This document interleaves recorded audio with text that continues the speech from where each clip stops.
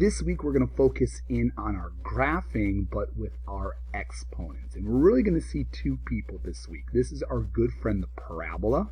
And then we're also going to see what we just call our square root functions. And those are all forms of exponents that we're dealing with. So for today, let's get into the parabola.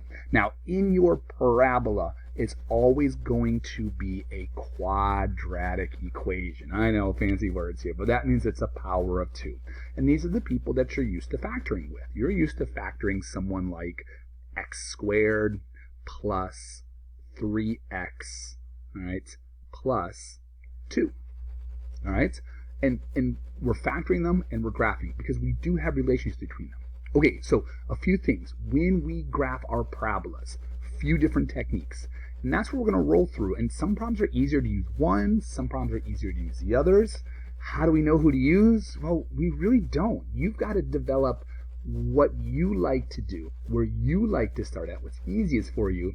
And then if that's not working, then to be able to go to the other ones. So, a very popular one there is always to identify the vertex first. And we can do that by using the technique of the x-coordinate is always going to be negative b over 2a. So let's go back to there. Remember, your a term is always the coefficient of the first person. Wait, we need to be more specific there. Of the squared term, which typically is always going to be the first person in line. So in this case, I have no one in front of it, so that means the a term is a 1. All right. The b term. The b term is who's in front of the x. Well, in this case, it's a 3. And then the c term, which we're not going to use, is just going to be your constant, so that number standing by himself, so that's a 2. So when we do negative b over 2a, we're going to use a negative 3.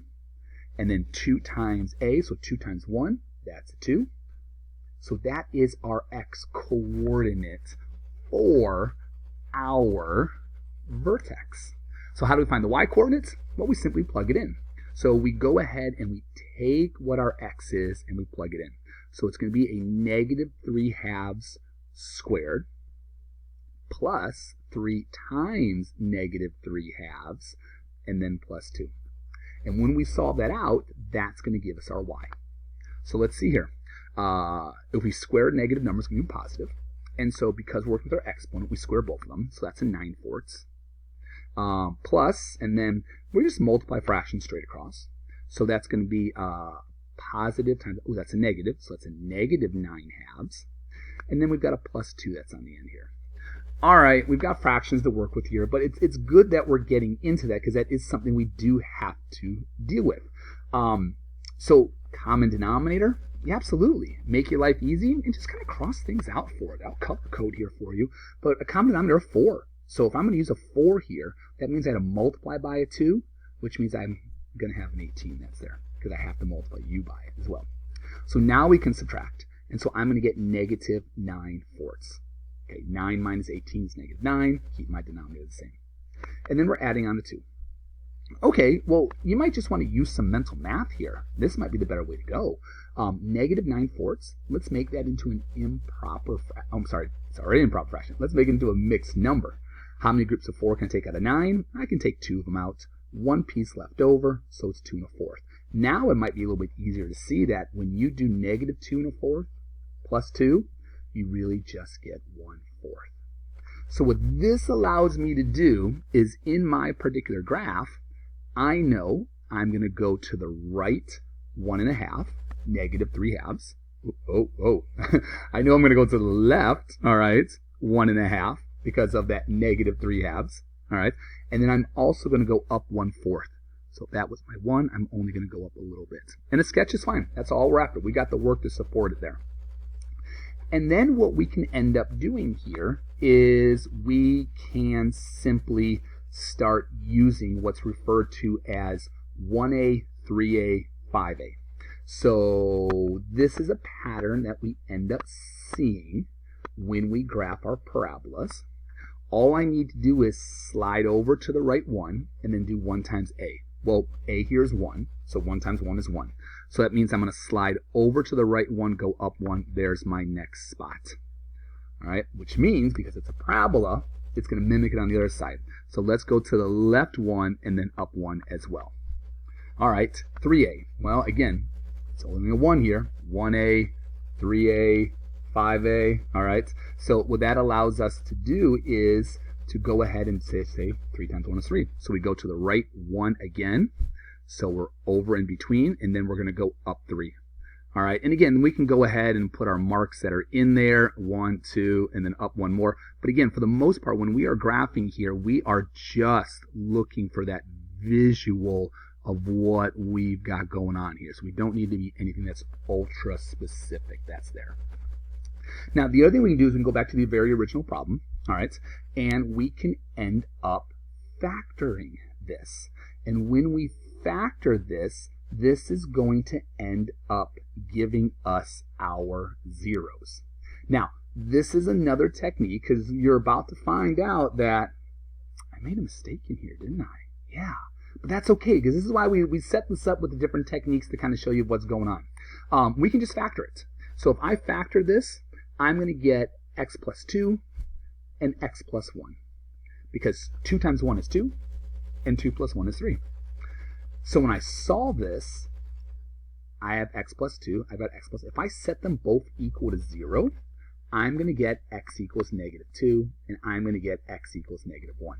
This is showing me where it should cross the x-axis at. Now look at my graph down here, though. It didn't cross it there, which tells me there's something wrong. And sure enough, come on down here. I know you were thinking it there for a while. Stop the video, you made a mistake. Yeah, this actually gives us negative 1/4. Okay, so what I'm going to do here is I'm going to redraw this, but I'm going to go back into my blue marker to do this, just to kind of show you. So if we go back to the beginning here, negative, we should have been down because it's a negative 1/4. We should have been down right there. And then we can go ahead and do our 1a, our 3a, and our 5a. And that can kind of help us out with our picks here. Now, they're fractions, which is why a lot of students, if they would have started this, would have shut it down and be like, no, I don't want to deal with fractions. I want another technique. Well, what we just found is where the graph crosses the x-axis at. And so we found it was at negative 2 and at negative 1. So, there's my negative 1, there's my negative 2, and you can kind of see it's following it there, all right? And again, it allows us to sketch and still do our 1a, our 3a, and our 5a. So we can check out our 3a here. 3 times 1 is 3. So again, we're to the right 1, and then we're up 3. So we're just going to kind of mimic what we've got going on here, something like that. So again, combining our ideas is going to help us out with our graphing that's there. Typically, you don't get these fractions. All right. But again, I think it's good to kind of end up working out with them there. So let's go ahead and let's try one more here. And let's see what we can do as we walk ourselves through it. So again, we've got our negative b over 2a is a good thing to use to find the x-coordinate, plug it in for the y. We've got our 1a, 3a, 5a to go ahead and figure out our other points. And then we've also got the factoring to end up realizing, hey, we've got ourselves our zeros, and zeros are where we cross the x-axis at. All right? So let's give you one other person here. Let's go after. So here, again, I need the graph. So I'm going to pull through everyone that's here to get me my accurate picture. First one, again, a popular one, negative b over 2a to find that x-coordinate. So negative b would be a negative 4. 2a, a is my 1. So 2 times 1 gives me my 2. So that tells me that my x is going to be a negative 2. And then we go ahead and we plug it back in. So negative 2 squared, well, that's a positive 4. And this is going to be my y-coordinates. 4 times negative 2, that's going to be a negative 8. And then plus a 4. All right, so it looks like when I get this, well, I actually get y equals 0. So when I'm graphing, I got the order pair negative 2, 0. So to the left 2 spots, and then we're going to sit just at my 0 that's there. All right, so let's see what happens here. All right, let's try the factoring with it.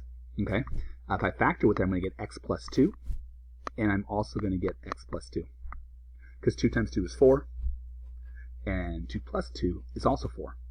So when I solve both of these, this is kind of what we're doing here, but a lot of you have realized it's just the opposite of it when you solve it there, when it's the x's by itself. Yeah, we're going to get x equals negative 2.